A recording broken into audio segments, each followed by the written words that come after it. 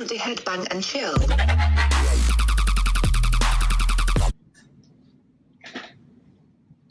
So now we have another question. Name this molecule 2.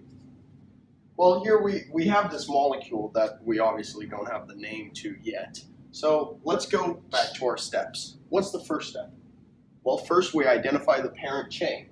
Okay, well, looking at this molecule, what is the longest chain? Let's see.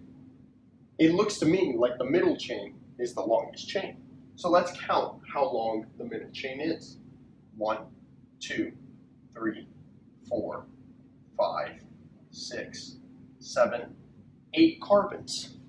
Now, if we refer back to the notes that you should have taken, we see that 8 has the prefix of oct.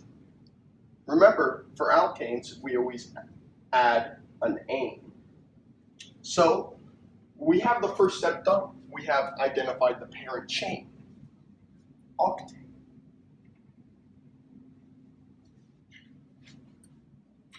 So now we see that our second step is to identify the substituents.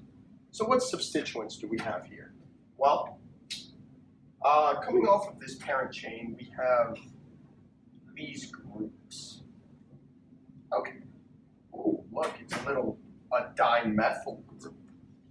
So here we have our substituents, but we know these are both methyls, and that'll be called dimethyl. But what are these?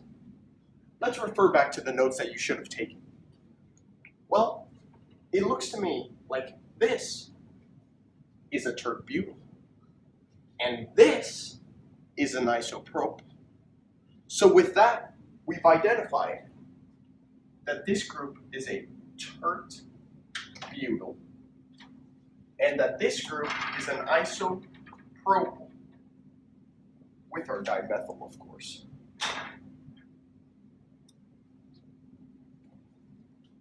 So now we have our third step.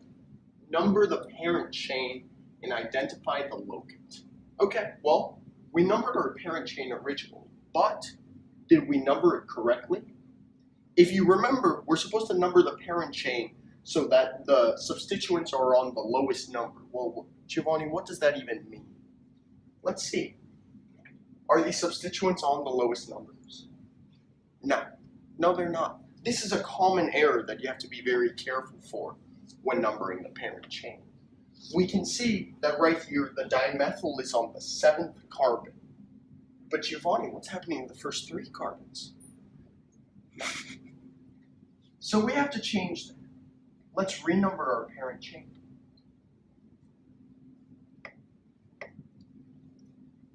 One, 2, 3, 4, 5, 6, 7, 8. With our newly numbered parent chain, we can see that the substituents are on the lowest carbons. We have our dimethyl on our 2nd carbon, our tert-butyl on the 4th carbon, and our isopropyl on our 5th carbon. These are the lowest numbers that they can be assigned to. And those are the locants. So now we have our 4th and final step of putting it all together. We have to list substituents by alphabetical order before the parent chain. Okay, well, we already briefly touched on how to list substituents by alphabetical order before the parent chain. The important thing is that we ignore prefixes such as di, tri, and also tert and sec, but we do not ignore that iso, that sneaky iso. So let's put it all together.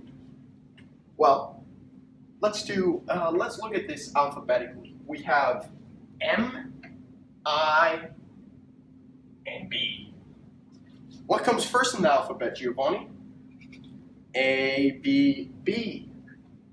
So we have this tert-butyl coming first in our name. Next, let's go back through the alphabet.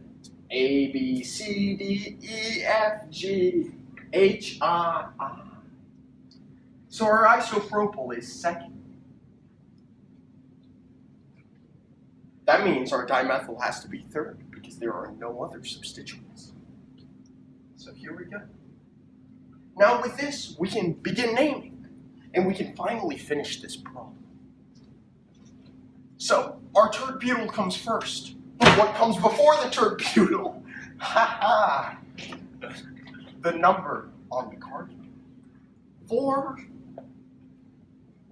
tert butyl. There's our first group. Now let's go to our second group, the isopropyl.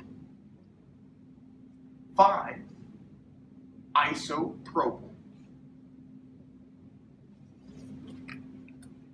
And to our last one, dimethyl. But wait, this is very important.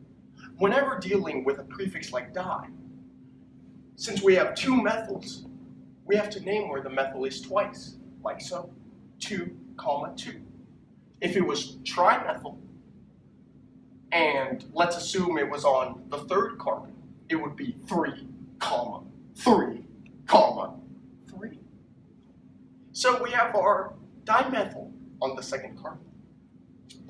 2, 2, dimethyl. And what's our last step? The parent chain. And what is our parent chain? Well, we identified it in the first step, and we found that it was octane.